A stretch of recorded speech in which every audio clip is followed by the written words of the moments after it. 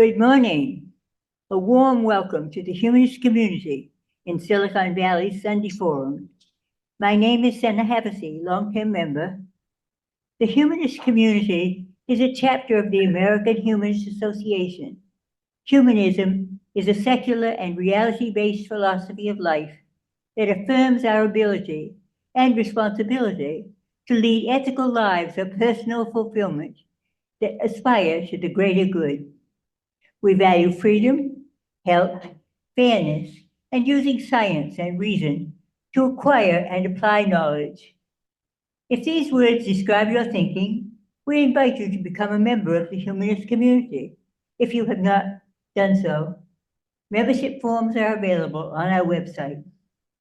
A special welcome to those who are with us for the first time.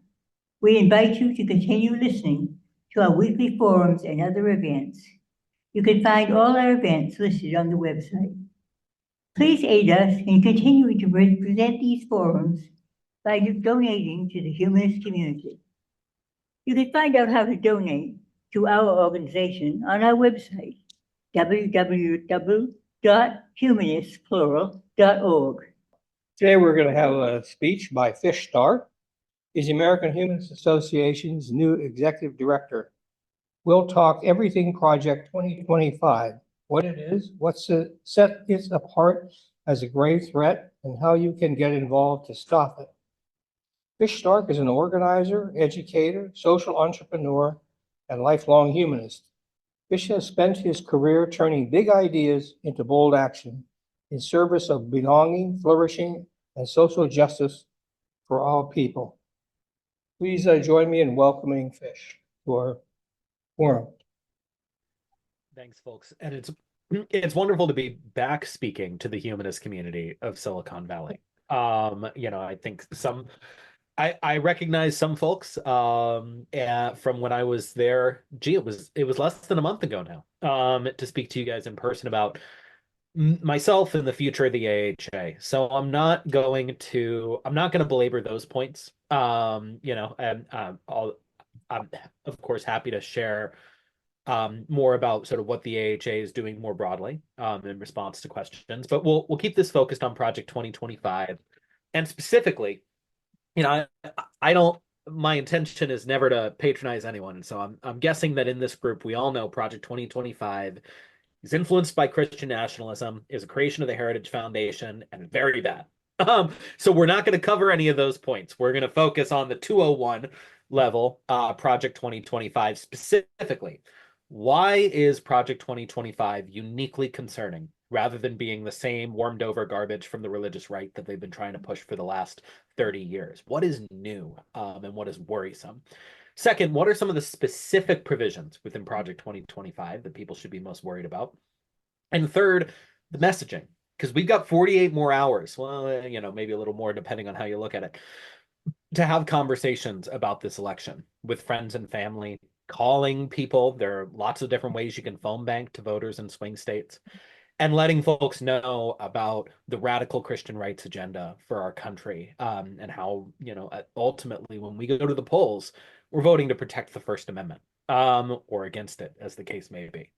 So I'll try to cover some of those. I'll try to cover some of those points and talk a little bit about what the polling shows, including why there are some reasons for real optimism. Sometimes as a community, I think it's easy for us to get into the the sort of nobody in the world understands me kind of phase that we humanists tend to go through. And in truth, the existence of a really strong backlash for Project 2025 is proof positive, actually, of our movement's power and the gains we've made in the last 20 to 25 years. So I'll start the presentation in a second, but briefly, just want to share for those of you who I haven't yet met a little bit about me. I love talking to Bay Area groups because I think, as many folks know, I've got my roots in the Bay Area.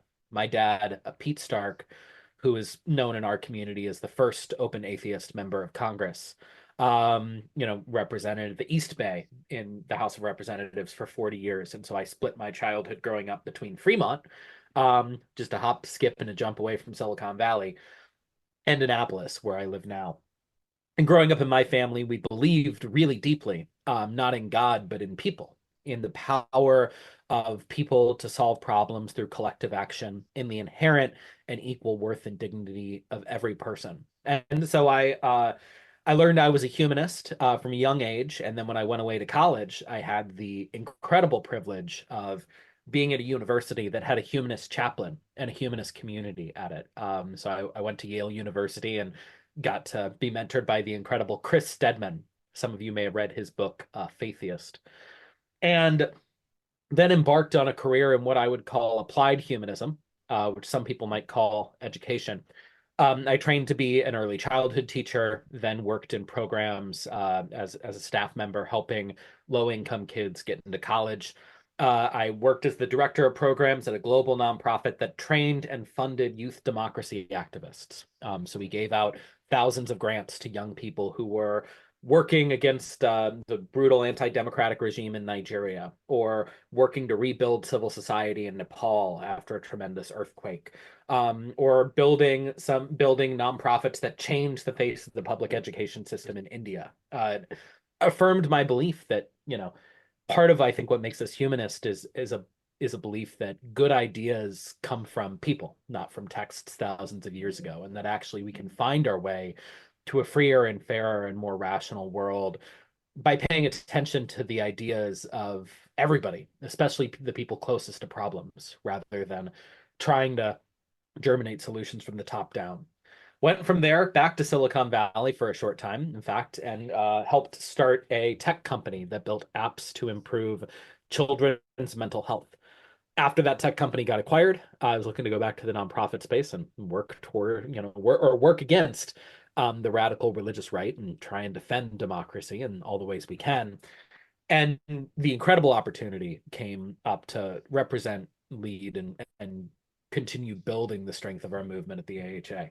So that's a little bit about me, who I am. And since I've started just about 2 months ago, we have launched the AHA's largest ever election year mobilization initiative in history to make sure that folks are aware of Project 2025 in key swing states. So I'll talk a little bit about that at the end of the presentation. I am going to share my screen. Oh, I need to have permission to share my screen. So I just had a request for permission so I can share the deck.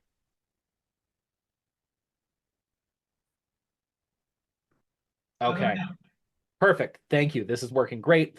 I'm going to share my screen and share. I'll share this. Okay, so Project 2025. I think we all know the basics, that it was, again, a project to lay out an agenda for the next conservative administration headed up by the Heritage Foundation, and importantly, including input from explicitly Christian nationalist groups like the Family Research Council and Focus on the Family. We think of Project 2025 sometimes as just the document. The truth is there are multiple parts to Project 2025.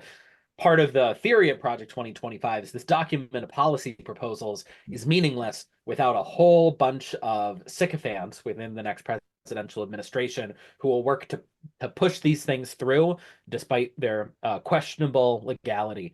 And so Project 2025, sure, it includes this document of policy proposals.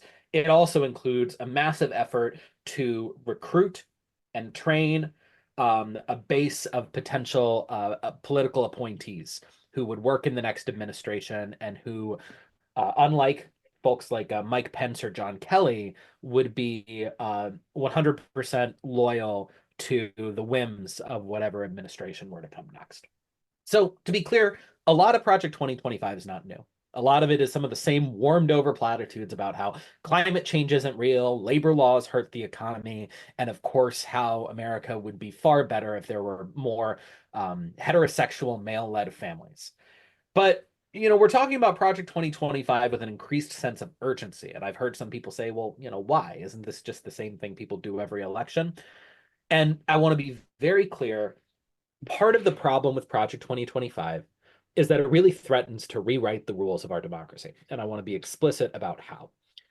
The theory that's held by many people on the far Christian right is that in the Trump presidency, he was stopped from implementing a lot of the policies that they believe were correct by what they call the deep state. Essentially, the federal bureaucracy created impediments to what they would consider success. And so their plan is to completely reshape the federal bureaucracy to make it more pliant and more responsive to the will of a strong leader. So the core innovation of Project 2025 is its biggest ever plan to fire career civil servants in the federal government and replace them with political appointees. Project 2025 suggests having a level of political appointees in the government never seen before. And again, taking administration of the federal government away from impartial, trained career civil servants who have served under Republican and Democratic presidents and making it so that it's packed with, political lackeys who will carry out the president's will as quickly as possible. They even talk about placing the FBI and the Justice Department under control of politically accountable leaders. Now, if that wasn't bad enough, the other part of Project 2025 is an effort to lock in a permanent governing majority for their positions, essentially by cheating. So one of the most dangerous and most underreported parts of Project 2025 is how it would skew the census for political gain and intimidation. Now, we're humanists, and we believe that, we believe in rational, neutral facts and science gathering. And, I don't think it's a stretch to say we believe that something like the census ought to be carried out as accurately as possible to try and reflect who is actually in the country.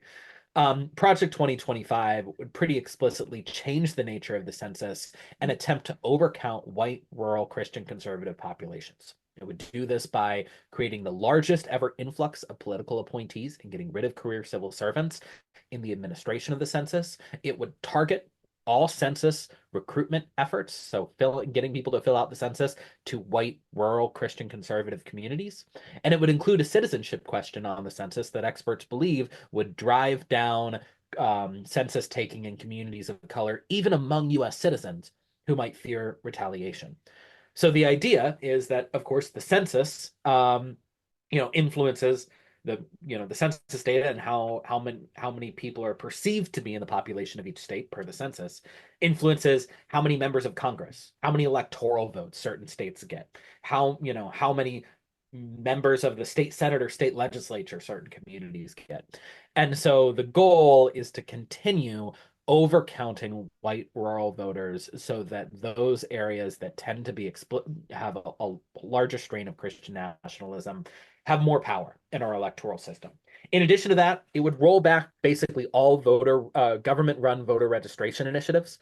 It would make it harder for low-income people to vote by rolling back reforms that have been made in the past few years to make voting more accessible. And it would allow the federal government access to state voter rolls so that the kinds of voter purges that you hear happening in red states, you might see the federal government trying to carry that out on its own and shift the balance of power even in blue states.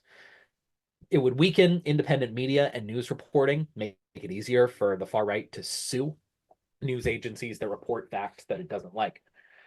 So when you see people concerned about Project 2025 and saying it's a threat to democracy, understand we're not, talking about, a world where we don't have an election in 2028. We'll probably have an election in 2028.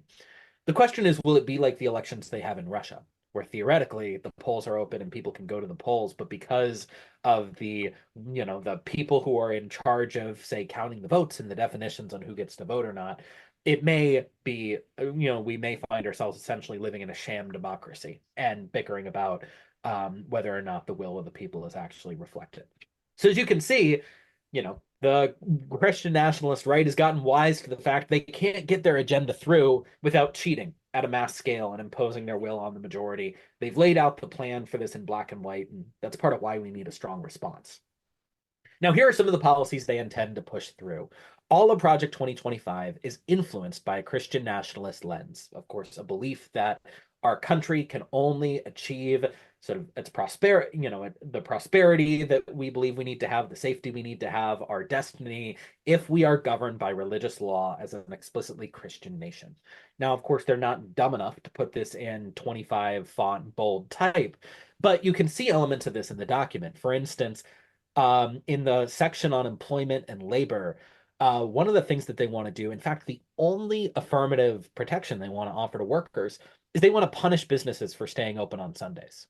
They functionally want every business in our country to operate like Chick-fil-A, and they intend to levy severe financial penalties on businesses that are open on Sundays, functionally, so that you have nowhere to go but church. They want to expand religious freedom doctrine so that folks can deny people services, deny people health care, deny people housing or employment based on their religious beliefs. And quite frankly, what you're going to see is a lot of companies come out and say, oh, we're very Christian now, so that they can save a couple bucks on their health insurance premiums by denying people things like birth control or gender affirming care. So you've got essentially them trying to lay the groundwork for religious law in our country. And nowhere is this clearer than the sections on reproductive rights. Not only do they want to ban language talking about reproductive rights and abortion from federal policy and eliminate federal support for abortion, which of course has been part of their plan for a long time, but they want to create barriers to abortion access in states where reproductive rights are legal. And in particular, what they want to do is create a federal abortion monitor in what they want to call the Department of Life, what we now call the Department of Health and Human Services. They want to force blue states to report lists of women who come into their state seeking reproductive care back to their home state where seeking an abortion is illegal. And again, they want to threaten to punish blue states by withholding all funding from them until they do it. They want to monitor women's pregnancies and miscarriages. They want to probe into the miscarriages of people and see if they need to be charged with crimes. They want to make it harder for women who come to hospitals with complications from a pregnancy that might end their life to end a pregnancy by rolling back or changing how the federal government interprets EMTALA. That's the law that was passed by the first open atheist in Congress, by the way, that the Biden administration is using to defend women's right to an abortion if it could save their life in red states, because EMTALA guarantees us all the right to emergency stabilization in hospitals, regardless of our ability to pay.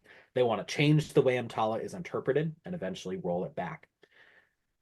So that's their agenda for reproductive rights. Their agenda for LGBTQ rights is just as extreme. Of course, we get the general platitudes and policies about wanting to promote, including through tax exemptions, heterosexual families. They also want to essentially make it possible, again, to discriminate in the workplace on the basis of sexuality and gender identity. They want to go back to a world where you can get fired from McDonald's for being gay. And they want to make it so that the Justice Department doesn't investigate or enforce Title IX, so that they don't investigate claims of discrimination on the basis of gender and sexuality in schools. They want to ban transgender individuals from the military. Here is possibly the most pernicious part of Project 2025, and I want to spell this out really explicitly, because one of the only provision in Project 2025 that in polling more Americans say they support than oppose is Project 2025's plan to ban pornography. And it's one of the things actually that Project 2025's authors are very explicit about. Yes, we do intend to ban it. Now, this is a problem for multiple reasons. One is that I think as humanists and folks who believe in sort of, freedom in general, and freedom of speech and freedom of personal action, we tend to believe that, if adults want to watch adult films, then, that's their business. And, for whatever practices we think are pretty sketchy in the porn industry, we recognize that those practices will get about 100 times worse if the industry is driven underground and performers cannot make complaints about abuse or, poor treatment they might have suffered because they would be confessing to participating in a crime. So that on its own is, plenty reason not to ban pornography. But the real reason that they are pushing a pornography ban in Project 2025 is that, and they've said this on tape, there have been investigative journalists that have got people that have Kevin Roberts, the president of the Heritage Foundation, talking about this on tape.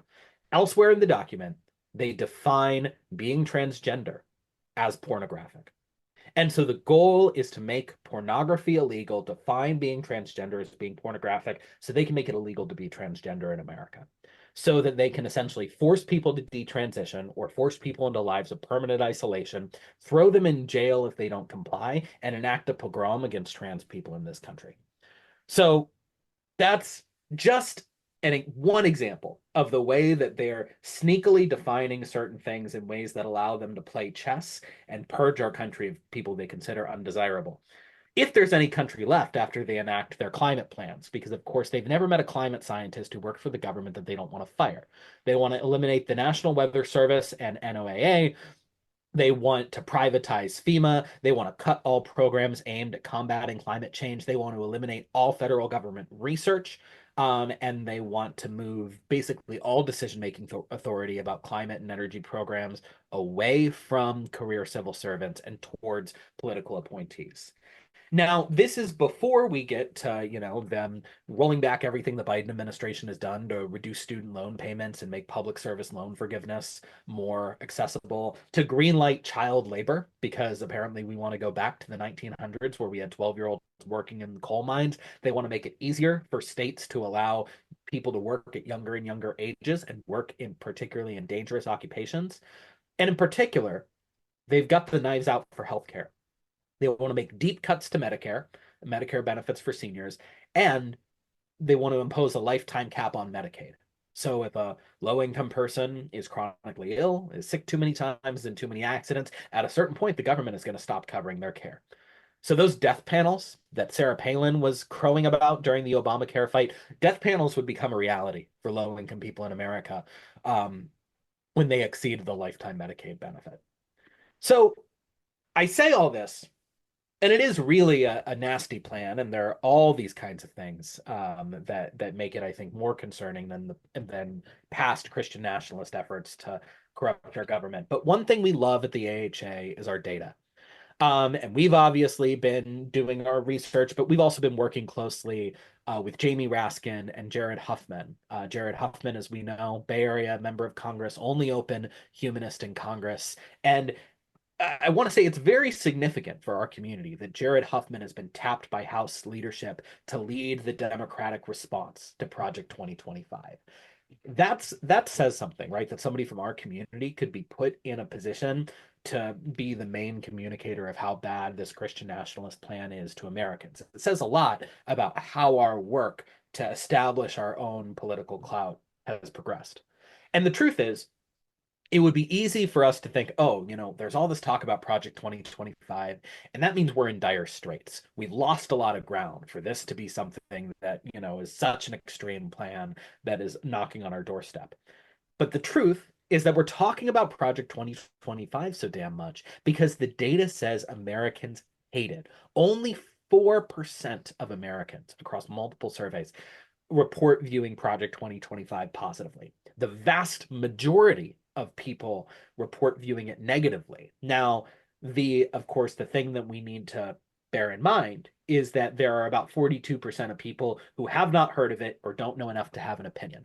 But if we look at the data, part of the reason we're talking about Project 2025 is because there is not support for imposing religious law on our country. And when we point the things that the Christian nationalist right is trying to advance out to everyday Americans, they reject not only the proposal itself, but it tends to polarize them against the Christian right in general. So to be clear, there is not a demographic group in America that I would not recommend you talk to about Project 2025. 2% of women have a favorable opinion, 7% of men. Across age categories, young people don't like it, middle-aged people don't like it, seniors like it the least because of the deep cuts to Medicare. White folks, black folks, only 4 or 5% approval. So again, everyone needs to hear from us and from their friends and neighbors about what is in Project 2025 and why it's bad. So here, if you're going to be having conversations in the next few days, if you're going to make calls to swing voters in Pennsylvania or go to Florida and Nevada and knock on doors or just talk to your cousin in Michigan, here are the 5 most unpopular provisions of Project 2025 that we know from the public polling data. And again, we've been working really closely with Jared Huffman and the Congressional Free Thought Caucus, which is now 24 members strong and working to drive home the arguments for secular government on this. Our research on Project 2025 has even been cited on the House floor by Congressman Huffman. What we've seen in the polling we've reviewed that they've shared, and again in the research we've done, is that 5 proposals of Project 2025 particularly alienate people. So I'm going to go from the top down. 5th least popular, removing legal protections against discrimination based on sexual orientation and gender identity. Broadly unpopular.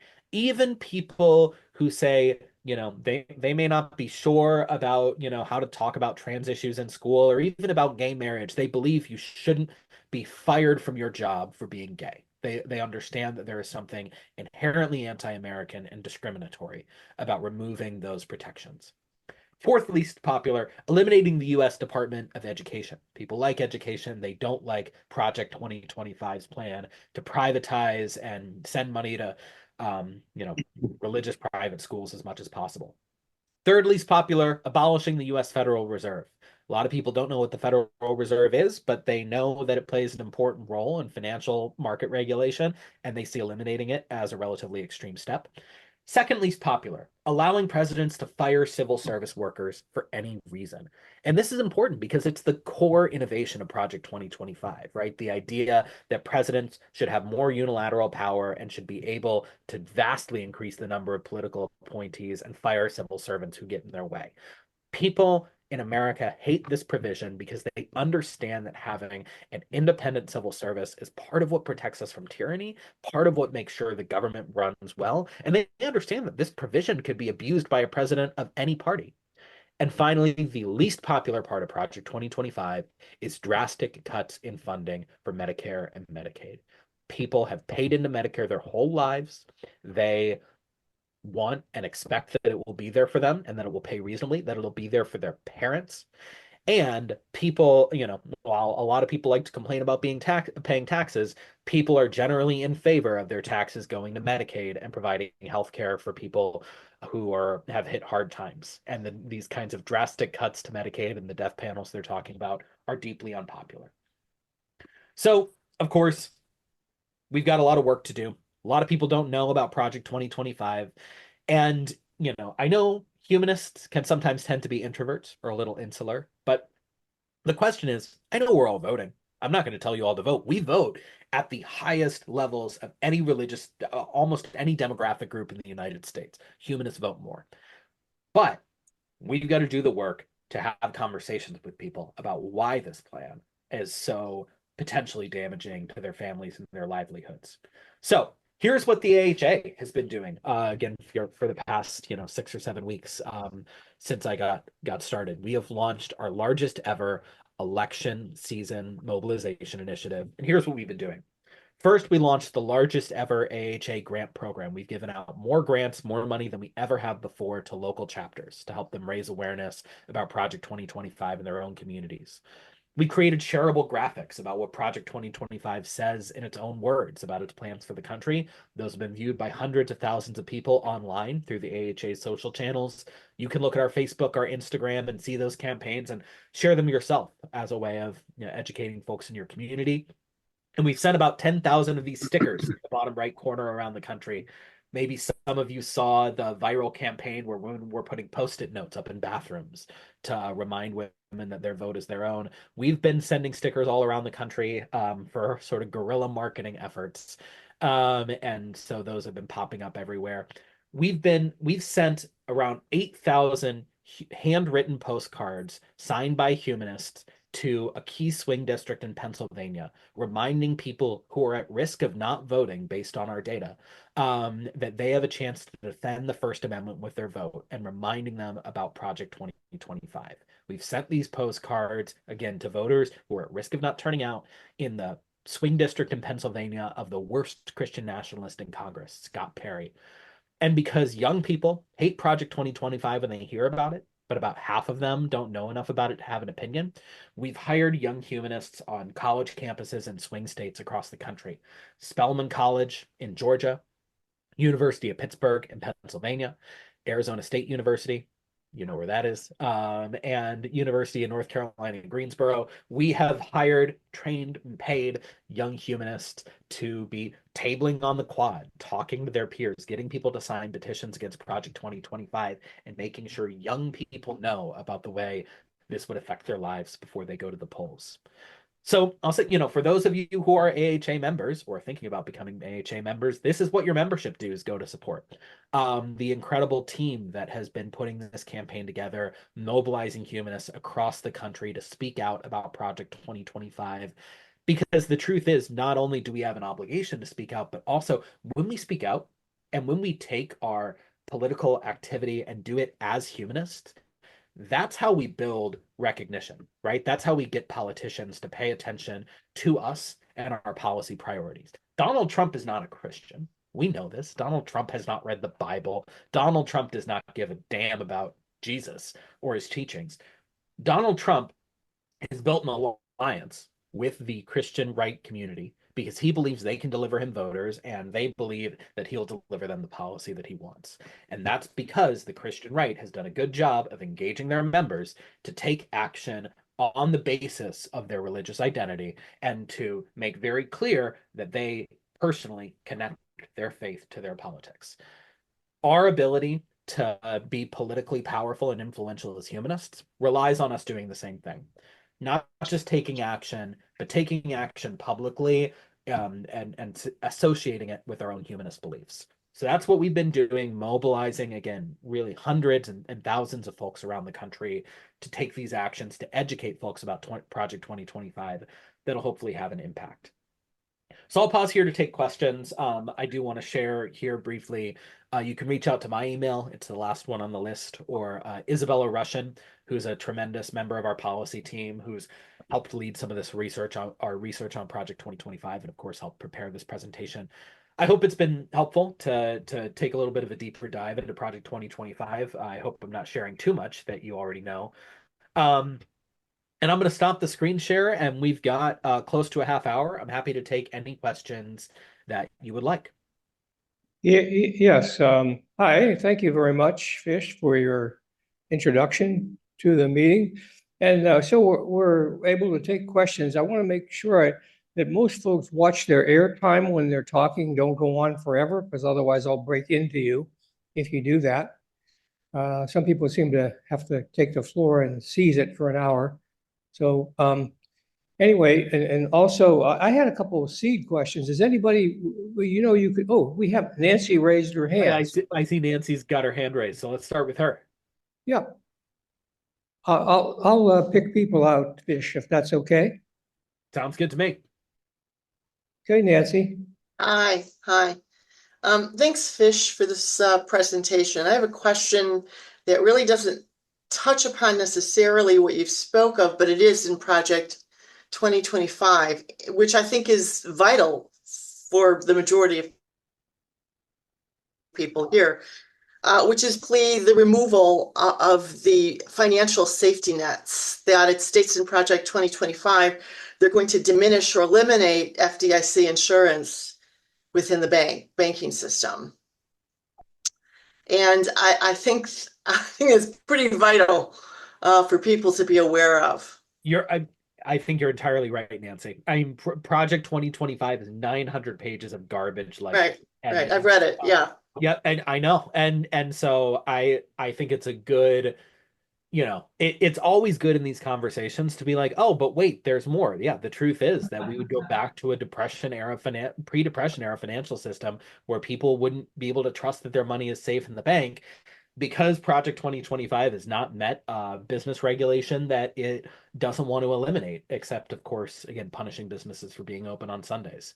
It is ultimately a weird marriage of, but, isn't this typical of the current right movement, of Christian nationalists and far-right libertarian interests. So I just think that should be part of the, one of the expanded upon some of the top 10 versus top 5, because are people supposed to be putting their money in mattresses again? I mean, there's, again, any kind of a safety net in the banking system is removed. FDIC is diminished or eliminated.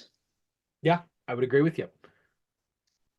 Okay, looks like Matt Courtney has his hand up. Matt? Yeah, I just have a quick question. Like, if this Project 2025 is so incredibly unpopular, and it seems like it would be known before they wrote this whole thing and sent it out that it'd be very unpopular. A lot of these ideas were unpopular. Why? Like, why did they release this? Like, what is it? It seems like the only thing it's doing is hurting their ideas and their goals. Well, um, Matthew, I would say these people aren't very smart. I think that's the honest answer. I think they underestimated how unpopular these policies would be.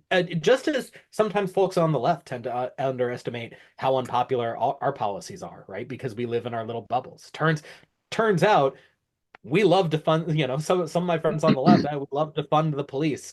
A lot of people didn't like to fund the police, and a lot of us got confused and thought a lot of people might like that back in 2020. So, I would say it's not just out of character. It's in character for, extreme sides of movements generally to overestimate their policies appeal. And then frankly, I just don't think I think that, part of why Project 2025 Mandate for Leadership is so vaguely named is because I don't think they thought it would take off. I think they thought, oh, well, maybe somebody will write a blog for the Daily Beast about it, but it's too inside baseball and it'll never really get people excited. And the truth is, I think it's been the result of a really disciplined messaging effort by the folks who want to protect secular government that Project 2025 has taken on this kind of salience. But I think and I think the other thing is it just goes to show how much the institutional Republican Party has been captured by the furthest right institutions. Because when you look at on the who's who of Project 2025, you don't see a lot of folks who used to represent sort of the more moderate core of the Republican Party. So it's a bunch of, again, it's what happens when you hand control of the machinery over to the most extreme folks who in their own head have invented this world where everyone likes their ideology, and where they think, oh, well, we'll just put this out, nobody's going to pay attention to it.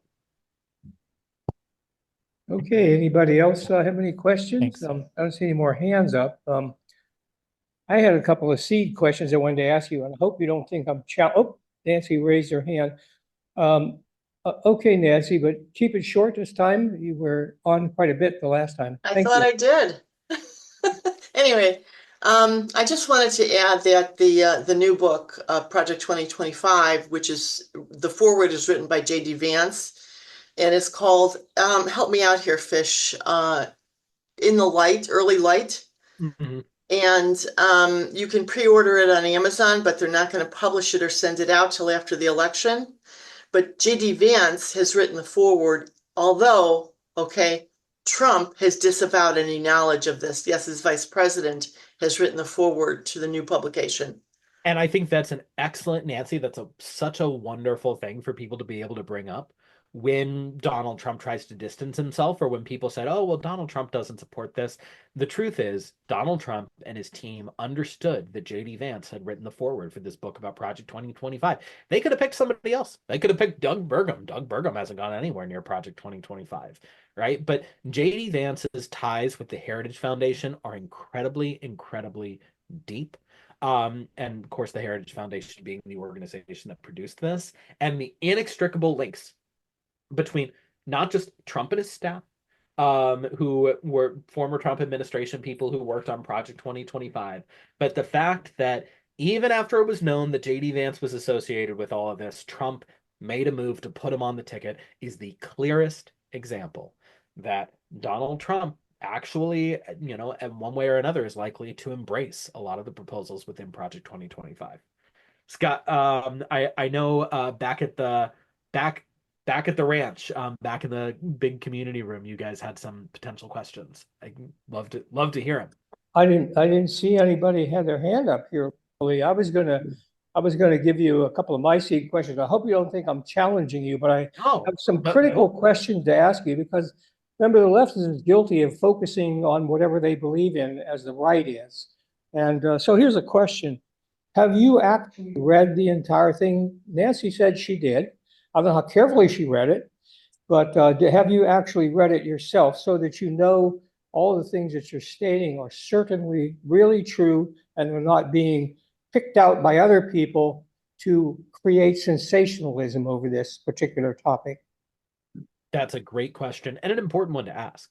So all of the things that I've cited, these come from American Humanist Association research reports where our team has gone into Project 2025 and cited chapter and verse to the specific argument that's been cited. So I have read large portions of the document. I haven't read every single word of it. Our team collectively has read every single word of the document, has annotated it, has researched it, and every claim that we make about Project 2025 is cited back to the project in its own words. And happy to share some of the well, actually, you can find these graphics on our social media, and whenever we make a claim, we always cite it back to Project 2025. And that's important because, as you note, and sometimes people don't show up to the table with that kind of discipline. It undermines our arguments and it gives people an opportunity to sort of create plausible deniability. So you essentially have references on the website, on the AHA website, to back up the claims. I missed that part. Yeah, on the to be clear, we've been posting on our social media channels. So the AHA Facebook and Instagram and Twitter, these fact sheets about Project 2025. Mhm. And in those fact sheets, you can find those citations. Great. Okay, that's good to know. It looks like Jerry has his hand up. I have a couple more questions, challenging questions. So Jerry? Yes. Yeah, if people really want to know the Project 2025, there's a website for it. I think it's project 2025 dot something. Do you know? So number one, I think you can actually absolutely go read Project 2025 yourself. And it's probably worth it to hear what the Heritage Foundation has to say in their own words. You can go here. And I also think, I'm really proud of the fact sheets that we've put out. I have to say, Americans United for Separation of Church and State has done a great overview of Project 2025 and what is in it. So they're another resource that I would recommend looking at. Of course, they're an amazing organization working on issues that we care a lot about. So those are some places I would go in addition to us to understand different perspectives on it. Great. I was just told that, and in fact, we have it posted here locally, that it's in the chat. The link is directly in the chat. So if you save the chat, you can always go there and get it directly. Jerry, are you done? Yes, I am. Okay. All right. Does anybody else have any questions? I have another one. Looks like Senna has one. Yes, I would think that the first place you would look for people to publicize all of this and to mail out the cards and so forth She just said the first meeting is over and she sent something. would be the chapters of the AHA. Would I recall when you were here before, it was the first we'd heard about all this. And we did request, we could certainly mail out postcards and do all of that. We haven't heard a word from you about it, that we haven't received anything. Maybe you can remedy that now, because we're willing to sign your cards and do all that. Thank you. And Yeah, thanks for everything you do. Of course, and Senna, I'm so sorry. I think we've sent out information from our chapter coordinator to all the chapters about how to get postcards, which we've sent to chapters for free, and how to send them out. And so I don't know where the communication fell apart with this chapter, and it may very well have been on our end. I'd like to get to the bottom of that. Part of our challenge with supporting chapters is that, frankly, we've got a really terrific person who spends about half of her time on staff working with our 230 plus chapters. She does a really good job, but that's not enough staff time to support all the chapters in the ways they need. So that's one of the things that we'll be planning to invest in 2025 is more staffing support for chapters. But we have been since September sending notes to our chapters with ways to engage, including booking talks like this, sharing our social media graphics, and the ways to get cards and send them on. Because it's important, and I agree with you, Senna, that ultimately, if we are going to inform folks about this way, then it's going to have to happen through the local level where folks are already organized, connected, and can take action together. Great. Matt's got his hand up. Matt? Okay, I'm back. A little bit of a follow-up on my last question. Thinking about it a little further, do you think that they maybe release this book to kind of try to, for lack of a better term, to move the Overton window, and say like, this is, all the things we want, this is a crazy plan, but maybe what they're really trying to do is saying, well, we'll just get a little bit of these things, move a little bit in our direction, which is what they really wanted in the first place. What do you think? Do I think Project 2025 is sort of an attempt to move the Overton window by basically by putting forward maximalist policy and seeing if they can shift people that way? Is that what you're saying? Yes. I Yes. Yeah, I wouldn't disagree that that's part of what they're attempting to do. I think it backfired on them. But I think you're generally right. I think that they, especially, I think that because they know that there's not majority support for some of these provisions. They want to try and put it out there and see if they can win people to their way of thinking, in part by attaching some of these extreme provisions as a Trojan horse underneath Trump, who, we got to remember, part of Trump's appeal in 2016 was that he was the rare Democrat who broke with his party on things like, or the rare Republican who broke with his party on things like Medicare cuts, right? The GOP used to be all about privatizing Medicare, and Trump comes along and says, no, I'm not going to do that. And people remember, paradoxically, in 2016, much of the country saw Trump as more moderate than Hillary Clinton. And so Trump has sort of cultivated this image against all odds as someone who is, yes, very sort of has a very extreme personality, but a lot of the country sees him as having moderate policy. And so, to an extent, I think there was an attempt to yoke this very extreme policy agenda to Trump and a lot of people, and they thought it would get whitewashed for a lot of people. Now, instead, it has become a thing that has dragged down Trump because, because of his behavior, people are pretty willing to believe that he would endorse an extreme right set of policy proposals. Okay. Oh, it's like we got two local hands here. Wow. Hold on. Oh, and Sandra raised her hand. Let's get the two local folks and then Sandra. They beat your hand up. Hi, Dana St. George. Yeah, I grew up in a small town in Minnesota and was just like that. And practically everything that you talked about was true. We had two of our teachers that actually I know of that were fired because they were gay. Right. And, this is about 20 years apart. It happened when I was there, and it happened many years later, again, to another guy. And for a very small thing, I mean, all he did was drop the towel around his waist when he answered the door in the hotel. But the local pastor happened to be staying at the same hotel and heard about it, and it got back to the school board.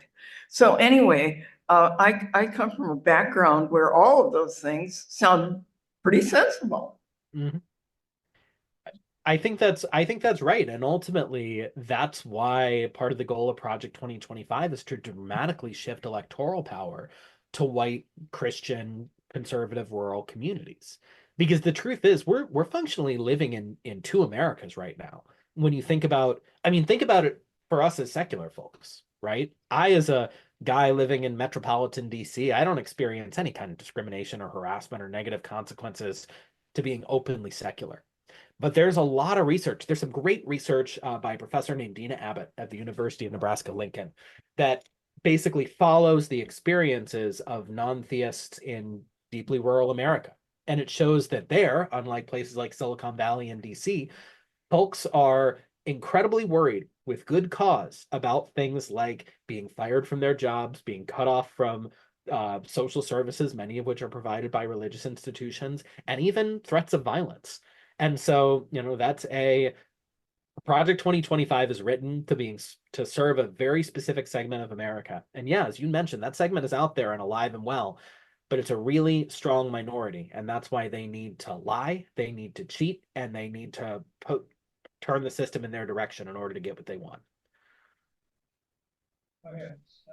Yeah, it seems like it's manifesto written by the Christian demagogues.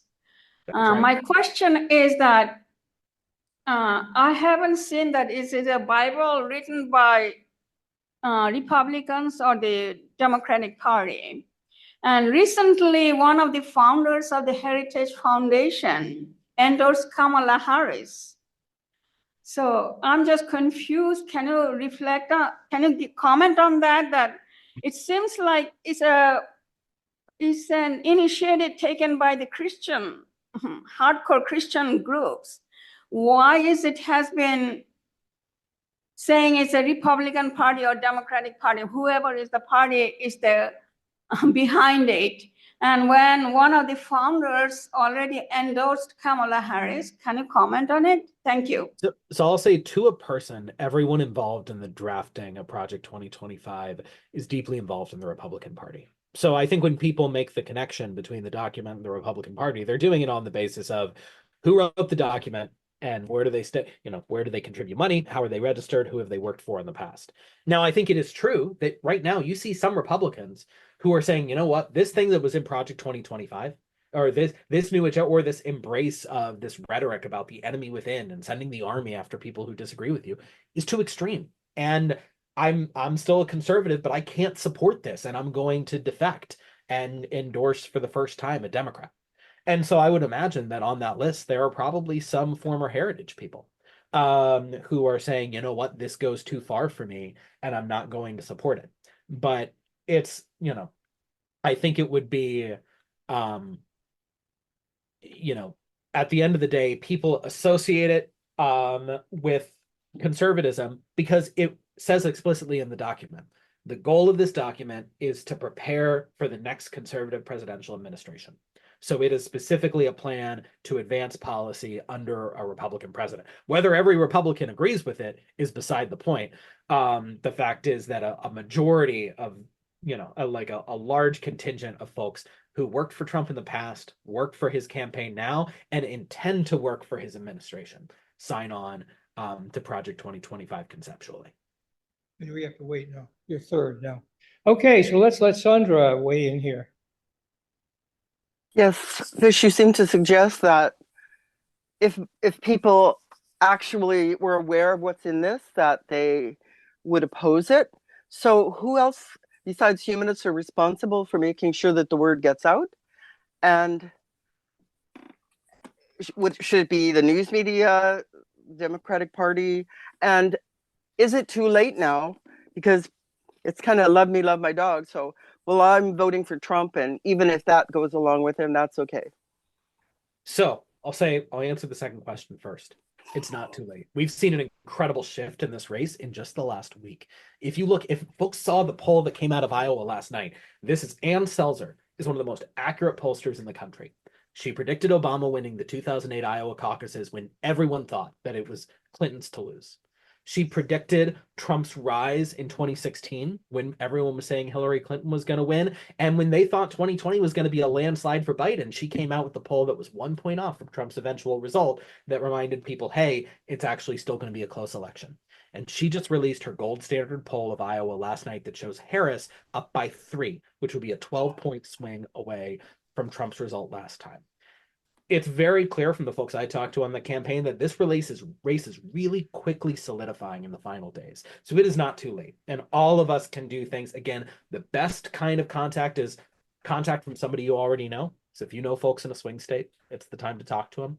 Second best kind of contact is person-to-person contact, even from a stranger. If you can hop on the phone and make calls, hop on the phone and make calls for your preferred candidate or to raise awareness of Project 2025. It is something that not just the humanist and secular community is working on. Again, the Democratic Party has been leading an effort to advertise about this and to get it talked about in the press. And the one humanist member of Congress, Jared Huffman, again, has been tapped to lead that effort. That's a big deal. It has been written about a lot in the legacy media, although I think we can all agree the legacy media also tends to focus more on some of the horse race aspects of the presidential campaign and less on actual deep dives on policy. But part of why about 60% of Americans know about Project 2025 and have an opinion on it, despite most people not really paying attention to what the Heritage Foundation releases, is, I think, a signifier that that the campaign to let people know about this extreme plan has been working. And what about the little surprise Trump has planned?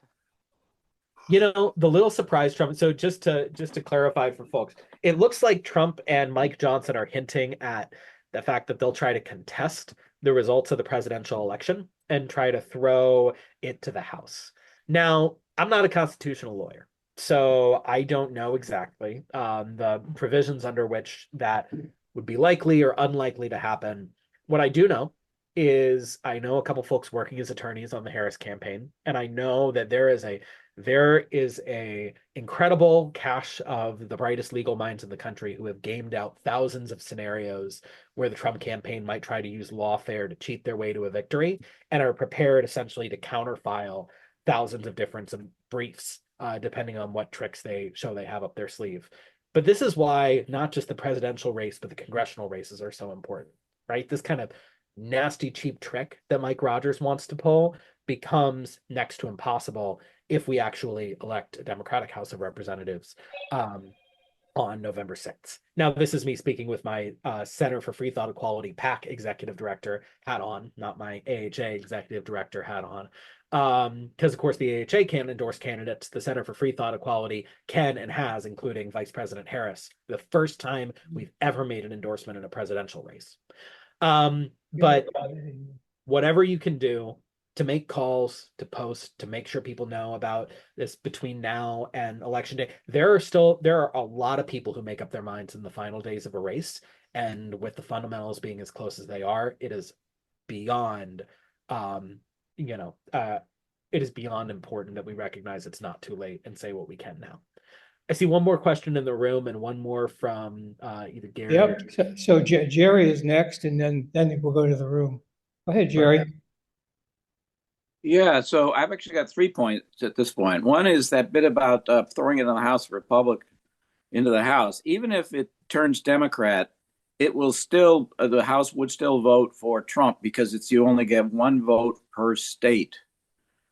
Number 2 is you've made references to this effort being a conservative effort. Well, in my opinion, conservatism is about conserving, maintaining things, the way it was 40 years ago. Republican Party these days is not at all conservative. And the third point is that this Project 2025 is not really that new. The efforts along this line have been going on for a long time. It's just that with Trump have been elected president, the effort has been a lot greater because they could see more chance of success. So the 2025 went on well beyond what happened in the past, but it's not brand new. I'm done. Exactly. No, and I think it's important to say, Jerry, because this is in part what this movement has always been. And it is true that it contains a lot of elements from the past, and it's also becoming more and more extreme. Yes, back to the room. Okay, Dana?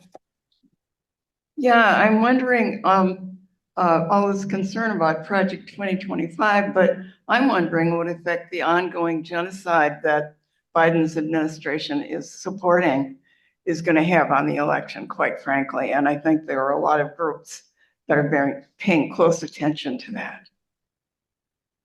I think you're right. I think there are a lot of folks who are paying really close attention to and really concerned about the slaughter of civilians in Gaza. And there's a good chance that some of them might jump to third parties. there is a chance. There's a chance that some of them might jump to third parties. I think that we're seeing we're seeing some interesting trends in the last weeks of the race. One thing that I'm seeing is a lot of, and Sarah, I voted uncommitted in the Democratic presidential primary because of my concerns about the war in Gaza and the party's response to it. We're seeing a lot of people within the uncommitted movement, while they're being thoughtful about their language, reminding folks about the differences between Vice President Harris and former President Trump on Gaza policy.